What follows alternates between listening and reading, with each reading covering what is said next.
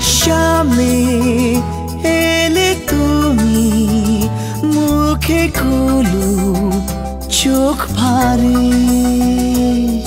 Hello everyone, welcome back to my channel.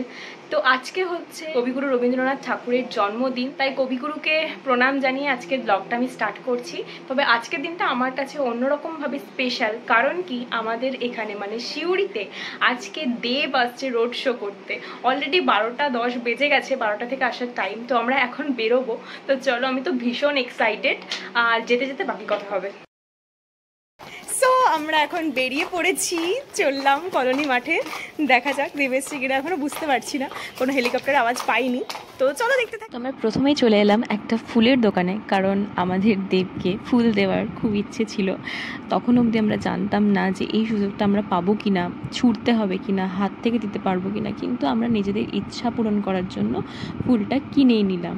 তারপর আমরা ওখান থেকে চলে গেলাম কলোনি মাঠে, কারণ ওখানেই হেলিকপ্টার নামার কথা ছিল।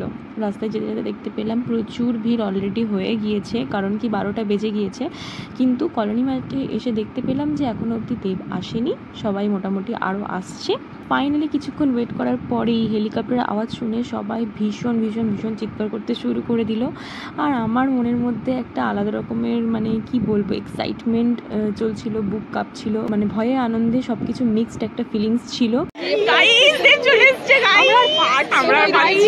এক্সাইটেড হয়ে গেছে, কি বলবো, হাত পা কাঁপছে ভাই।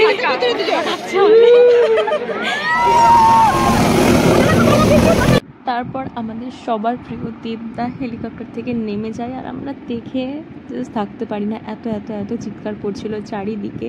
তারপর দেবদা এখানে সবাইকে হাত দেখানোর জন্য এগিয়ে যাচ্ছিল। এদিকে কোয়েল আমার এক্সপ্রেশন ভিডিও শ্যুট করছিল। আমি তো মানে জাস্ট কি বলবো। আর এই হচ্ছে সেই ঐতিহাসিক দিন, যেটা আমি হয়তো জীবনে কোনোদিনও ভুলবো না, যেটার জন্য আমি ক্লাস 2 থেকে ওয়েট করে গেছি। প্রায় 17 বছর পর আমার এই স্বপ্ন পূরণ হয়েছে, এটা কোনোদিনও ভোলার নয়। আর এত সুন্দর ভিডিও ক্যাপচার করার জন্য কোয়েলকে আমি আলাদা করে থ্যাঙ্কস বলবো না, কারণ ও আমার জিগরি দোস্ত, ওকে আলাদা করে থ্যাঙ্কস বলার কিছুই নেই। সবসময় আমার পাশে এরকম করে থাকে, শুধু এটুকুই বলবো।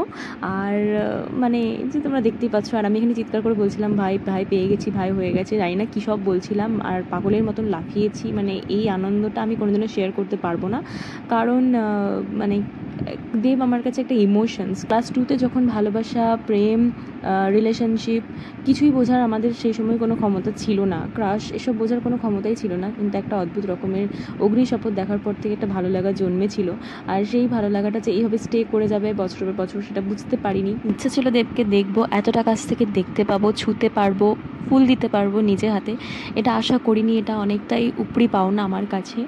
আর তারপরে আমার ভিডিও দেবদা শেয়ার করেছে ইনস্টাগ্রাম, ফেসবুকে, এটা তো মানে চূড়ান্ত রকমের পাওয়া। সেই ভিডিওগুলো দেখতে হলে তোমরা আমাকে ফেসবুক পেজে বা ইনস্টাগ্রাম পেজে ফলো করতে পারো, লিঙ্ক ডিসক্রিপশনে দেওয়া থাকলো। তারপর আমরা ওখান থেকে বেরিয়ে আবার হাঁটতে হাঁটতে চলে আসি আটটি মোড়ে। মানে দেবদাও আমাদেরকে দেখে ফার্স্টে হেসে ফেলেছিল যে এই মেয়েগুলো কতটা পাগল, যে আমি যেখানে যেখানে যাচ্ছি সেখানে সেখানে যাচ্ছে। তারপর আমাদেরকে এরকমভাবে তাকিয়ে ফ্লাইং কিস ছুঁড়েছিল, মানে কি বলবো, আমরা মানে এখানেও প্রচণ্ড চিৎকার করছিলাম, আর আমাদের রিয়াকশন কিছুটা এরকম ছিল, লাভ দেখাচ্ছিলাম।